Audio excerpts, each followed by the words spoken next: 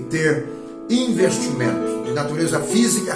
Resumidamente, o investimento no casamento inclui o cuidado com o corpo, com higiene, com saúde, com aparência, e o uso de todas as potencialidades do corpo, incluindo as expressões físicas de carinho, de caráter sexual ou não. De maneira emocional, podemos investir no casamento também por meio de um uso adequado das emoções, especialmente quando oferecemos ao outro a segurança de que é importante, especial, alvo do seu amor. O livro de Cantares tem sido usado para um verdadeiro manual de investimento físico e emocional no casamento. Mágoa.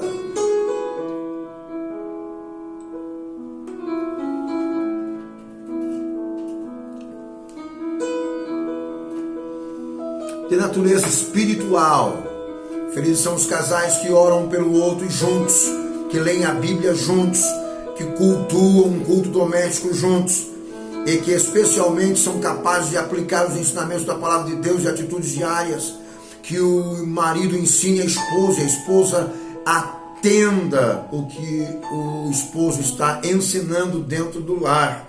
Tiago 1:22. A Bíblia trata bastante desse tipo de relacionamento de cumplicidade e proximidade. Eclesiastes capítulo 4, versículo 9 a versículo 12. Melhor é serem dois do que um, porque tem melhor paga o seu trabalho. Porque se caírem, um levanta o companheiro. Ai, porém, do que estiver só, pois caindo não haverá quem o levante. Também, se dois dormirem juntos, eles se aquentarão, mas se um só, como poderá aquentar? O Provérbios 31 apresenta uma mulher chamada de virtuosa, que tinha várias qualidades e várias virtudes de uma mulher virtuosa.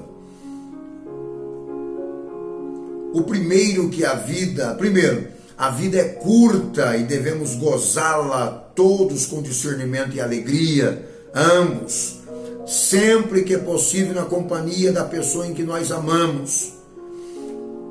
Não basta ter um casamento duradouro, é preciso viver bem, com alegria, mais do que aparência e conversações e também as aparências sociais.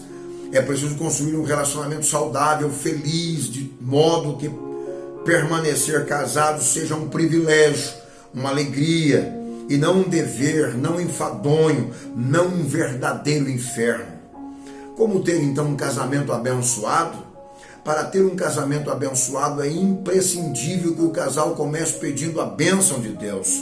No Brasil é muito comum, nos nossos dias, que os casais se juntem. Chamam-se de união estável e, a depender do tempo, ele ou ela se dá quando o homem e uma mulher decidem viver como casados, mas não o fazem juridicamente. Já o casamento é definido da seguinte forma: assim sendo, casamento é o vínculo jurídico entre um homem e uma mulher que se unem material e espiritualmente para se constituírem uma família. Esses são os elementos básicos, fundamentais e lapidadores do casamento. Isso significa que a primeira atitude do casal cristão é oficializar uma relação, pelo menos juridicamente, por meio de um casamento civil. A celebração religiosa não é obrigatória, deve ser feita de acordo com as condições financeiras do casal. Caso seja precária, é possível convidar o pastor para ministrar as bênçãos no cartório. O casamento cristão não deve ser um peso. O mais importante é a união e a obediência a Deus, visto que é parte determinante da recomendação bíblica de Hebreus 13:4. Ou seja, se você quer um casamento abençoado, siga os conselhos bíblicos, não siga os padrões deste mundo, não siga a psicologia moderna, siga Cristo. Como resolver as crises no casamento? Embora seja alicerçado na palavra de Deus, não é incomum um casamento cristão passe por momentos de crise. Todos são passíveis a isso. Assim sendo, é muito importante que um dos cônjuges busque intimamente a presença de Deus e, por meio da palavra de Deus, busque orientação. A promessa é que o Senhor cuida da vida dos seus filhos. Isso inclui também a área do casamento. Em tempos de adversidade, não ficarão decepcionados. Salmos 37, 18 e 19. É o que a Bíblia diz, ou seja, em dias de casamento em crise, a graça de Deus é imprescindível. Faça de Deus o seu conselheiro do seu casamento. Muitos casais elegem os pais, os avós e algum familiar, amigos, líderes, enfim, e colocam neste posto importante de suas vidas. Eles escolhem seguir o que essas pessoas dizem. Contudo, muitas vezes a presença de outras pessoas podem afetar o relacionamento do casal. Não estou dizendo que você não deve pedir conselhos para outras pessoas maduras, mas quero deixar bastante claro que a soberania do lar pertence a Deus. O casamento cristão e a união homossexual. Ele respondeu: vocês não leram que no princípio o Criador os fez homem e mulher e disse: por essa razão o homem deixará a sua mãe e unir-se-á à sua mulher. Portanto, imprescindível que o casamento aceito por Deus seja um casamento heterossexual e não homossexual. Muito bem.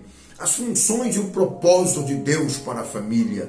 O propósito da família é cooperar com Deus para que ele tenha uma família e muitos filhos. Portanto, esse há de ser o objetivo de todo o casamento cristão e não o seu próprio bem-estar e prazer. As funções que Deus designou para o homem e para a mulher visam atingir esse objetivo. Deus lhes encomenda uma tarefa com o matrimônio. Lhes dá uma tarefa: frutificai, multiplicai-vos, enchei a terra e sujeitai-a. O Senhor se propôs a encher a terra de homens e de mulheres como a sua imagem e a sua semelhança. Com esta finalidade, outorga ao homem certas capacidades e uma ajudadora idônea com capacidades complementares. Não lhe dá meramente uma companheira, muito menos uma empregada. Concede uma ajudadora idônea, uma colaboradora eficaz para levar adiante em conjunto esse nobre empreendimento para a glória de Deus. De modo que tanto o homem quanto a mulher são colaboradores de Deus com diferentes funções. As funções do marido e da esposa com bases bíblicas. 1 Coríntios 11, 3, quero porém que saibais que Cristo é o cabeça de todo homem, e o homem é a cabeça da mulher, e Deus é a cabeça de Cristo. Porque o marido é a cabeça da mulher, como também Cristo é a cabeça da igreja, sendo ele o próprio Salvador do corpo. Disse mais o Senhor Deus: não é bom que o homem esteja só, far-lhe-ei uma adjutora que lhe seja idônea. Qual é a função do marido? Ser cabeça. Responsabilidade geral da casa, da família, colaborador direto com Deus, ser autoridade máxima dentro do lar, debaixo da autoridade de Cristo. Qual é a finalidade da esposa? Ser ajudadora do marido, de forma idônea para entendê-lo e para prestar-lhe ajuda em todas as áreas. Responsabilidade associada, ajudar associadamente o marido a resolver todos os problemas do lar, ser colaboradora do marido e colaboradora de Deus, a fim de que o marido seja próspero, ter autoridade baseada na autoridade do marido, ter a sua autoridade abaixo da autoridade do marido, que é profeta e sacerdote do lar. O que significa ser cabeça para o marido? Ser cabeça significa assumir a responsabilidade geral da família, a autoridade principal, ainda que não seja a única. O marido é responsável por realizar, com a ajuda da sua esposa, o que Deus recomendou. É o encargo de fazer com que a família se encaminhe para o cumprimento do propósito divino. É a autoridade que estabelecerá o governo de Cristo no lar. O homem deve governar com graça e com amor de Deus. Ser representante de Jesus para a família é expressar com sua conduta o caráter de Cristo. Sua autoridade não levará a impor seus próprios caprichos sobre a sua família, e muito menos a fazer o que ela o sirva. Mas, como disse Jesus, aquele que quiser ser o maior, que então sirva, é responsável por vigiar, prover, cuidar, proteger a família e solucionar os problemas que surgem na família com a ajuda de Cristo. É responsável por guiar a família a uma convivência harmoniosa e feliz, na qual todos possam se desenvolver física, mental, social e espiritualmente. É responsável por ensinar a palavra de Deus, instruir, animar, edificar, repreender e corrigir. Essa orientação virá principalmente com o seu exemplo no lar. O que significa então ser uma esposa ajudadora? Mágoa.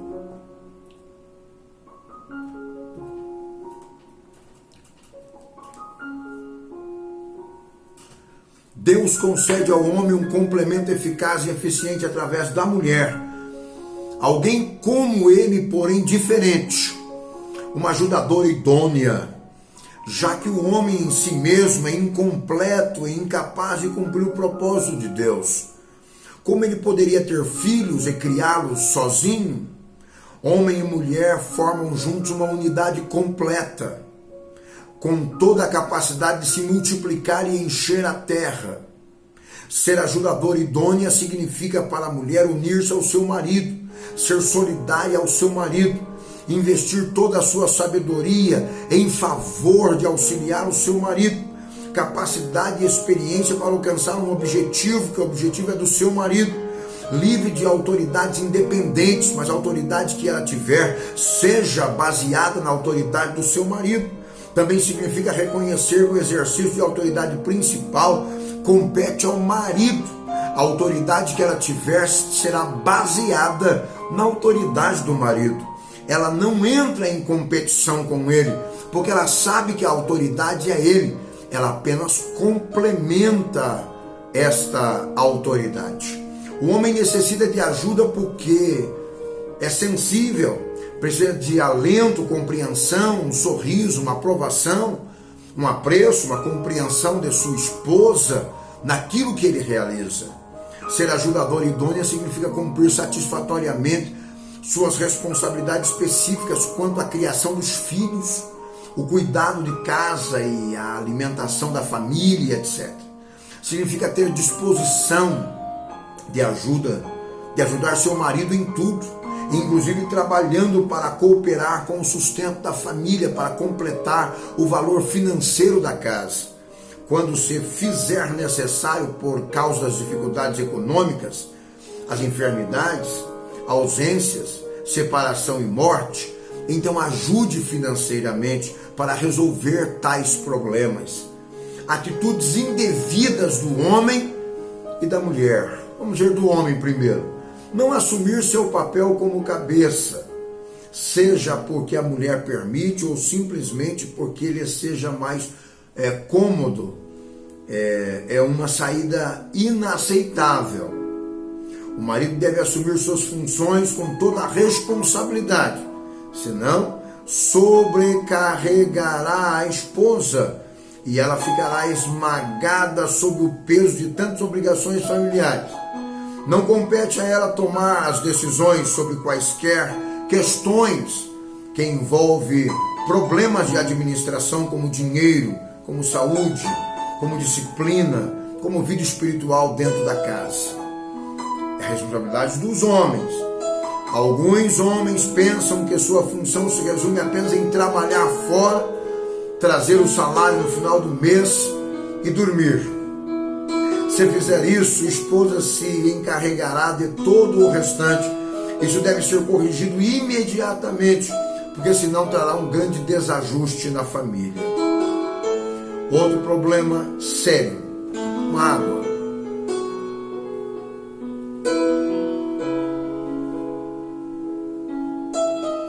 Deus concede ao homem uma ajudadora idônea, mas alguns não lhes dão lugar. Querem fazer tudo sozinhos. Não conversam com as suas esposas, não se interessam por suas opiniões.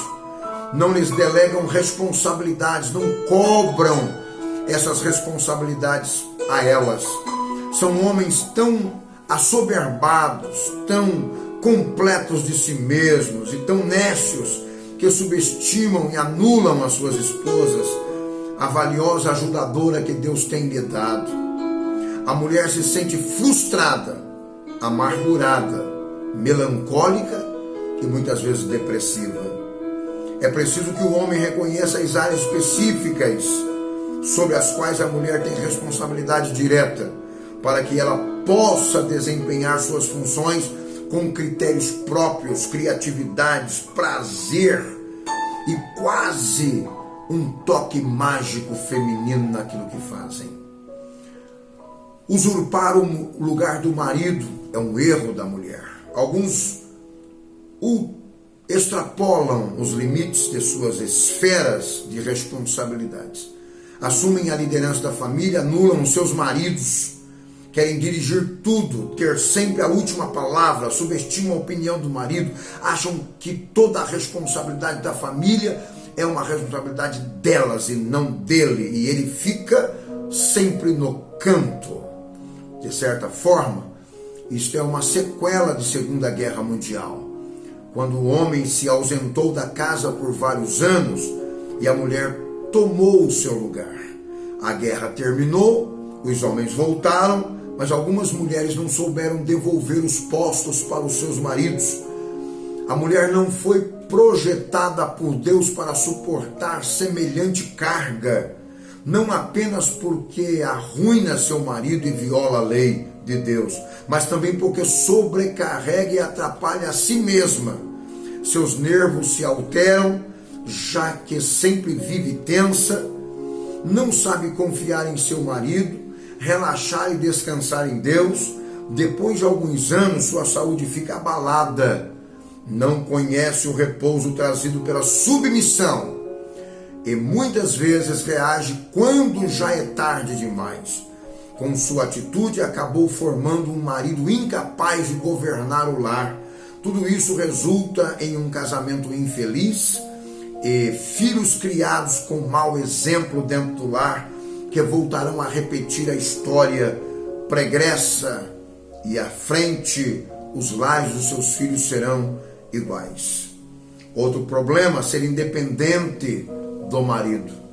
Há aquelas que buscam a independência pessoal, fixam-se em objetivos próprios, administram seu próprio dinheiro, dão prioridade à sua própria profissão quando elas a têm, não compartilham determinadas áreas de suas vidas, fazem seus próprios programas, não se interessam muito nas atividades dos seus maridos, não interessam pelas amizades que eles as têm. Quando essas coisas começam a acontecer, fica claro que o casamento está indo na direção errada. Perigo! É necessário fazer uma revisão a fundo e detectar as causas e saná-las urgentemente com a ajuda de Deus.